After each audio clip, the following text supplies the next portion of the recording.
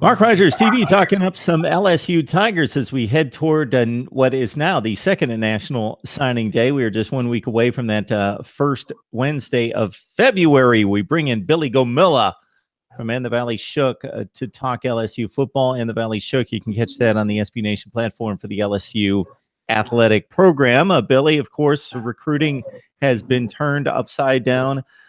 Considering the early signing period, this is a situation where we didn't know what to expect in early December, but found out very quickly that the big programs in particular would make this the target to go out, get the best talent, and really dive into it head first. So this leaves a class that is, again, really strong with LSU, but you've got about 4 or 5 slots to fill. Yeah, LSU signed 21 guys in that early signing period, most of which they expected to land. That's just about all of their recruits. That leaves them with four positions left. One of those spots is taken up by 4-star commitment Kelvin Joseph right here in town, defensive back. He'll probably play safety. He committed at the Army All-American game, and as most expected, that right now as it stands, they believe that one of the other spots will go to 4-star wide receiver Jamar Chase out of New Orleans, another big-time target, big-time prospect. At one time was committed to Florida, was thought to be going to TCU for a little while. Guy that LSU played a long game on, they didn't really expect to get for a while, but they kind of stayed with him, and now all signs pointing towards him landing one of those final couple spots. They're going to hold a spot for Patrick Surtain Jr., the number 1 cornerback. Most people expect that they'll still get him. It's been a tight battle, but LSU's been recruiting him for a long time with Corey Raymond. He's got a great relationship with Patrick Sr., his dad, who of course was a multi-time Pro Bowler with the Miami Dolphins and the Kansas City Chiefs, and is from New Orleans originally, even though he didn't play for LSU back in the 90s. The last spot right now is up for grabs between 4-star athlete, defensive back prospect Mario Goodrich and 4-star quarterback James Foster. I do believe LSU would prefer to get Foster if they could, because that would be their lone quarterback in this class. And after the last couple of years, they'd like to sign a quarterback every year if they can, if possible. I think they would take whoever they could get. And if neither of those guys do pull the trigger, they'll probably try and backfill it with someone like a tight end, or maybe a defensive lineman or a linebacker, someone that is uncommitted at the moment. Billy Gomilla on the line to help us break down LSU football during the offseason here. You can join Billy and the rest of the staff at And the Valley Shook, the SB Nation platform for the LSU Tigers.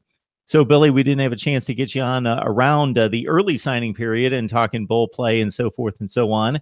So you broke down what we expect to see in about a week. And, yeah, Patrick Surtain, he is the prize recruit there at the cornerback position. In terms of what was signed with the 4th-ranked class in the SEC, the 12th-rated class in the nation, according to 247 Sports, who stands out to you? Who are LSU fans really excited about? Well, there's a couple of players that LSU fans are really excited about, particularly wide receiver Terrace Marshall. He was the kind of the crown jewel of that opening group, 5-star wide receiver from Shreveport. Early enrollee, he'll almost certainly compete for playing time, if not starting time, very quickly next year. Otherwise, it was kind of a workman-like class that very much loaded up on interior linemen, a couple linebackers, a lot of nose tackles who could maybe big linemen that could maybe play offense or defense, kind of depending on how things shake out. More importantly, they got their numbers there.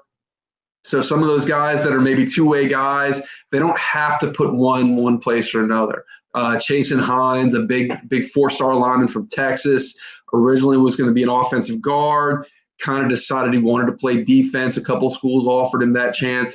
LSU came in, said you can play nose guard if that's what you want to do. He's a big 340-pound kid, but a great athlete. So maybe he plays there. Maybe down the line they decide that they want to have him on offense, and he's got an opportunity there. They're going to be next year with everybody they have now and with what they have coming in, about 5 deep at the nose tackle position. And that's a great luxury for a 3-4 team.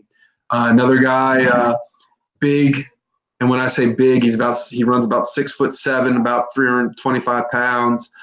Defensive lineman named Daria Rosenthal from right here in Louisiana, a guy who at one time was considered to be one of the best offensive line prospects, but he's mostly played defense. He had a really great senior year playing that at Faraday High School, which is kind of a small school in central Louisiana. We'll see where he winds up. A guy that big, you'll never regret having a really big defensive lineman, but he's also kind of got that prototypical left tackle build, so maybe he winds up there. The good news, again, is they've got that flexibility to play him at either spot based on how things develop for him. They signed the #1 junior college offensive tackle, Badara Traore, who will be expected to come in and compete for one of the starting tackle spots next year. Also, one guy that I'm really excited about is a running back out of South Florida named Chris Curry. Big, physical, hard runner. Reminds me a lot of Spencer Ware when he was here. Watching him run, it reminded me of Marshawn Lynch because he's got the dreads and he's got that really rugged style. Feet never stop moving. Not the biggest or the fastest, but you just see him out there churning up yards. And, I don't know that he'll ever be a feature back in this offense the way we've been used to with Leonard Fournette and Darius Geis, but he's definitely a guy that can help you as kind of a short yardage and closer guy. And I think he'll be a lot of fun to watch. 247 Sports has Curry at number 15 at his position, top 350 in the nation, regardless of position, top 60 in the state. So, yes, not going to wow anyone in regards to the rankings, but once they get on campus, those go away. So they start competing for jobs and they show up as football players, and they forget about the ratings and the rankings that they come out of high school with. But speaking of which, Billy, losing 3 to 4 games a year going back to 2011, that being the last SEC championship season for a program and a fan base that expects to win the conference, compete for national playoff spots. Number 12, there's nothing wrong with that. Both of us know that. It's about the fit. We know that they're elite athletes. But does the fan base get a little bit disgruntled when they say, well, we should be in the top 3 or 4, especially since we're trying to erase these 3 or 4 losses per season? Well, there's definitely a segment of that. There's a segment of fans that are dissatisfied no matter what LSU does, pretty much. But it was also kind of a down year in Louisiana talent-wise. Not a ton of top 100 prospects in the state. And while LSU is generally always going to recruit well, when Louisiana's down, that kind of puts a cap on, I think, on how good they're going to be. They're never going to be that program that can go pull – 3 or 4 big names out of California or out of the Northeast or Ohio or something like that. They really kind of have to live in the Louisiana, East Texas, that I-10 corridor from Houston to the Florida Panhandle and so on and so forth. And overall, they did okay in that area. It just in Louisiana, which is really going to be that foundation of your class, it wasn't great. The good news there is they're going to land probably 9 out of the top 10 prospects in the state for the first time in a couple of years, that they've really kind of hoovered up a lot of the top prospects in the state.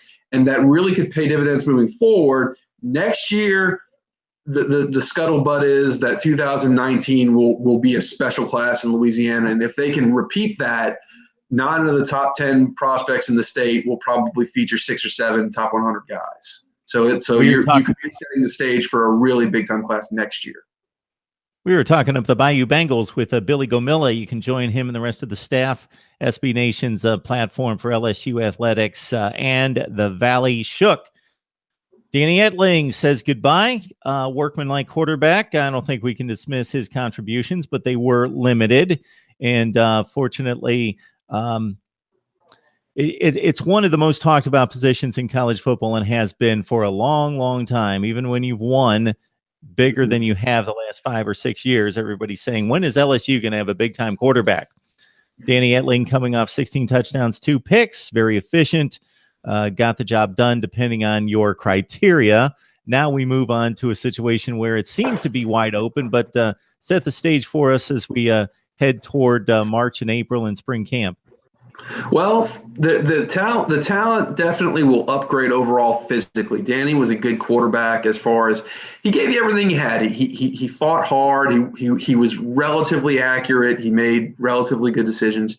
He just wasn't a great playmaker. He was never going to be the guy who was going to, throw the ball over the field to win a game for you.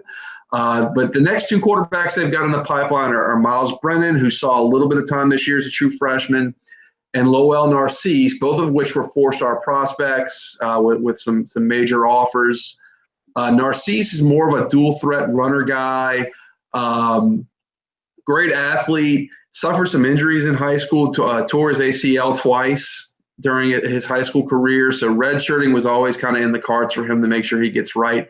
Big, physical, really big arm, left-handed, which is a bit of a changeup. Whereas Brennan's more of that tall, lanky, drop-back kid, does have some quick feet, can move around a little bit, never going to be a runner kind of the way Narcisse could be.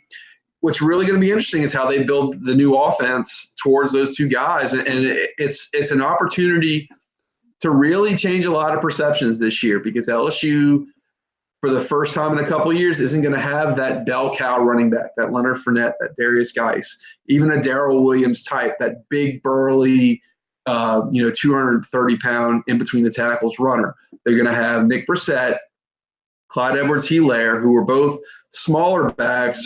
Brissett's still in that 210, 215 range, but more of a slasher type. And Helaire at about 5'8" and about 205 pounds, much more of a scat back type than what we've seen from LSU. So they're going to be in, there's a lot of talk about moving to it's more of a spread offense. And frankly, that's what the personnel lends itself towards. You got a lot of receivers back, not a lot of guys that are with skins on the wall catching the ball, but a lot of big targets, a lot of highly recruited guys. You got the prospect of two of the 10 best receiver prospects in the country coming in and stepping in quickly for playing time. So, if there's ever going to be a time to really kind of sling the ball around the field, that's going to be this spring for LSU. Billy Gomilla joining us to talk LSU Tigers. Of course, there's a shakeup on the coaching staff that segues us nicely from the quarterback outlook for 2018 to the offense overall, and Steve Ensminger taking over the offense once again. So what is old is new again, or however the phrase goes, Billy, in looking at his responsibilities. So what changes do you see forthcoming? And I'm curious about the Matt Canada situation, because it was so hopeful, him coming in from Pitt, and what most people envisioned the offense to be, taking the talent and what he was able to accomplish at Pitt with lesser talent, and what that should have been, and it just didn't turn out. Well, and I don't want to say that Matt Canada didn't do a good job this year. I think he did a good job. He didn't do a great job. I think most of us expected a little bit more than 28 points per game, which really was kind of a step back from what LSU had accomplished the year previous with Steve Ensminger calling plays for the last 8 games. Once Ed Orgeron and Ensminger kind of took things over in 2016. Really, it just came down to being a poor fit. And that goes on both Ed Orgeron and on Matt Canada. It was a personality clash. Two guys that by the end of the year just really didn't like each other very much, didn't like working together. And this is Matt Canada's, I think, 6th job in 8 years, his 2nd job in 3 years, and the 2nd time in which he's been kind of let go from a job with talk that he and the head coach didn't get along. So it's kind of one of those things where this is kind of his track record at this point. It's not really a good look for anybody, though, because when he's your marquee hire as Ed Orgeron and it doesn't go well, people are going to point the finger at you too. Now, Steve Ensminger's his guy. That's who he wanted. He did do, I think, a fantastic job with what LSU had on hand in 2016. It was an offense that kind of wasn't really going anywhere, and he got it going somewhere. They scored more than 38 points, I believe, 4 times. They set a couple of different school records for yardage in conference games, for rushing yardage twice, scored a lot of points. Definitely with that team, threw the ball better. You can't exactly change your offense in the middle of the season, so he was working within the confines of Cam Cameron's playbook, but he did a better job than what Cameron had been doing with the same players, and it was noticeable from the jump as soon as he took over. When it comes to what he's going to do moving forward, I've got a lot of confidence in Steve as a play caller. It's more, okay, so what's he going to do as far as building an offense, creating a playbook? implementing a philosophy, those kind of things. That's where, I think the proof's going to have to be in the pudding for everybody.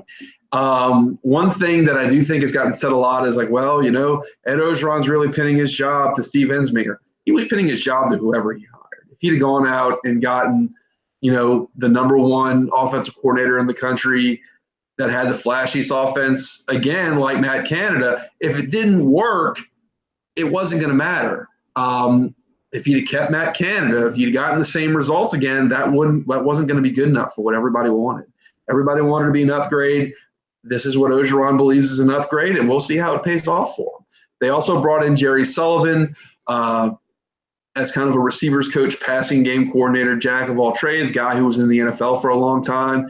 Really has a pretty good record as far as receivers coach in the NFL. Worked with Jacksonville, with Allen Robinson and Alan Hearns and some of those guys. And then in the past with the Cardinals, with Anquan Bolden, the Arizona Cardinals. Really, I mean, he's an older hand, but a guy who has a pretty good reputation in terms of knowing offense. So we'll see what they put together. They've talked about, again, implementing more spread 3 and 4 wide receivers. And that fits with what LSU has coming back. It's kind of now or never to see that kind of look from LSU, and we'll see how it does. Really, what it's just going to come down to is, can they get the passing game going and get these 2 young quarterbacks ready to contribute? Now, DJ Chark showed out certainly at the Senior Bowl, probably made himself a little bit of money. Billy Gomilla joins us to talk LSU football from LSU's platform on SB Nation and the Valley Shook. No Etling, no Chark, no Geis, no Key, all sorts of guys that we're familiar with, not going to suit up for the Tigers here in 2018. So who's back? Well, you've got 3 really key guys on the offense. You've got Sadiq Charles and Ed Ingram, who were freshmen, who were kind of pressed into service, had their ups and downs, but closed the year out pretty well. You got Garrett Brumfield back as the veteran at one of the guard spots. You did lose all-conference center Will Clapp, but you are replacing him with a third-year guy in Lloyd Cushenberry, and then you're going to plug in, hopefully, Badara Traore, the number 1 JUCO offensive tackle, at one of those tackle spots. You get tight end Foster Morrow back. You got a lot of receivers that have played. They've just never really shown you that they can be playmakers consistently. You've got Steven Sullivan and Drake Davis, a pair of big targets, 6'3", 6'5", 220, 240 pounds. You got Derek Dillon, more of a shifty slot type of receiver. 5'11", 190, but more of a speed guy. And then you've got Terrace Marshall coming in as a true freshman at 6'3", 190, going to be expected to compete for time quickly. They've got to get those guys going. There's just no 2 ways about that. At running back, you've got guys that were both very highly recruited, but are just very unproven. They just haven't had to do a whole lot the last couple of years, mainly because of what LSU's had at the top of their running back rotation. But now it's their time, and I do think it does help that Nick Brissett will be a senior. There's just something to be said for having that experience, knowing the speed of the game, and being able to step in and just being older than a lot of the guys that are going to be trying to tackle you. I think that we saw that really pay off for Darrell Williams last year, who had been very much kind of a Midland backup, and then came through and had a really nice senior year for LSU, both as a runner and a receiver. On defense, you've got the star power back. You've got Greedy Williams, who's freshman All-American. You've got Rashard Lawrence, who was one of the best defensive linemen in the country when he was healthy. And you've got Devin White, who was one of the best tacklers in the country and led the SEC in tackles as a true sophomore at linebacker. You're losing Arden Key, but honestly, you kind of didn't really have Arden Key last year anyway. And it didn't really hurt. LSU still finished, I think, with pretty, if not this exact same number of team sacks, within maybe a sack or 2 of what they had with Key at full strength in 2016. You do lose 2, very good defensive backs in Dante Jackson and Kevin Tolliver, plus 2 good defensive linemen in Greg Gilmore and Christian Lockacher. But you've got a lot of guys who stepped in quickly and played as freshmen and sophomores, who are unknowns but not untested. Guys who should be ready for the speed of the game, understand their roles within Dave Aranda's defense. Young guys like Tyler Taylor and Jacob Phillips at linebacker, defensive linemen like Glenn Logan, Ed Alexander. a very big nose tackle in Tyler Sullivan, who had to sit out 2017 as an academic redshirt. He should step in. You're going to be really big on that defensive line, and I think that's going to help a lot. And you're going to be a little deeper than you were last year, I think, overall. So that'll help big time. The big key is going to be finding that pass rusher. And hopefully Caleb Von Chason, the big four-star stud pass rusher recruit of 2017, who did play as a true freshman, get on the field, had flashes, didn't really have that Arden Key kind of freshman year that lets you know, okay, this guy's going to be dangerous. But he made some really nice plays as a well-rounded linebacker. You know, he made a really nice play in coverage on a misdirection pass play in the bowl game against Notre Dame. So we'll see how he progresses as a full-time linebacker. You're going to have Christian Fulton, a guy who missed 2017, former five-star cornerback recruit. He'll be stepping in and, you know, hungry to kind of make his impact. And you do have both safeties back in John Battle, who will be a senior, fifth-year senior, and Grant Delpit, who was a freshman All-American as at the other safety spot.